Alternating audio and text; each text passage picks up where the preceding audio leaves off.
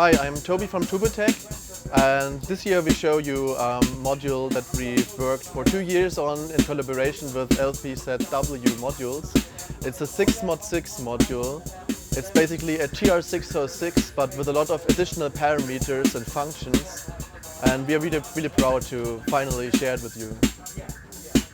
And if you like, I can show you a couple of parameters and a couple of sound tweaks. So for each of the instruments we have a lot of additional parameters, as you can see here. Here are the bass drum parameters, snare drum, low and high tom, cymbal and open and closed hi-hat. And yeah, a lot of parameters like, for example, snare drum decay or snare drum snappy sound, tune. We can tune open closed hi-hat decays or the metal sounds. Really a lot that I cannot show you here in a couple of minutes. There's CV inputs, we have individual outputs. The triggers can be played dynamically, so you can have louder or quieter sounds. And we have Midi input, and via Midi you can trigger the sounds, control a couple of parameters and even play the metal sounds via keyboard.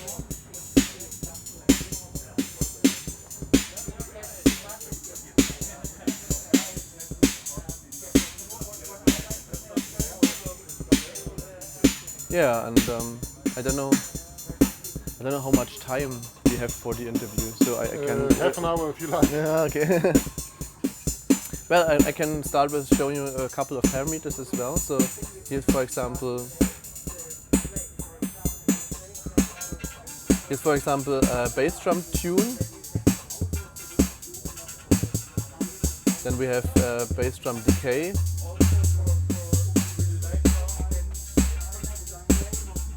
And there's a bass drum click parameter that adds a lot of attack to the bass drum as well. And then for the snare we can tune the snare body. We can have a snappy control that adds something to the noise source. And the decay parameter as well. And we can tune the noise down. And then for the low tom and high toms we have pitch and a sub-tom switch that lets you tune down the low tom even further, so you get some bass drum like sounds from it, and a noise amount that gives a bit of reverb to the toms.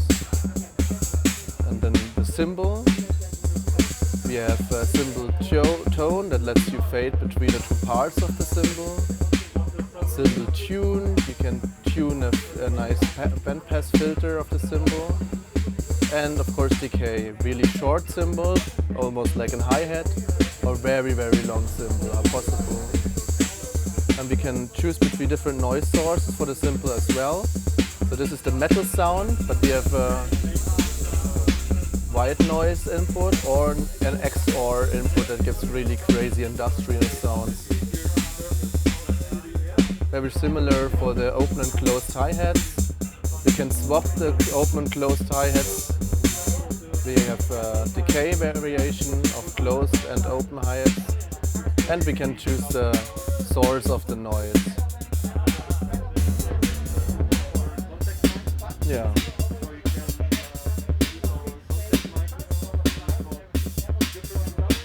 This is all controlled with our sequencer here. And at the moment they are connected on the back, but you can also patch them, of course, and they are the perfect match for each other. Can you tell a little bit more about the sequencer? Of course. The sequencer has 8 trigger outputs, so 8 instrument outputs basically, and like you can set the steps or clear the steps however you like.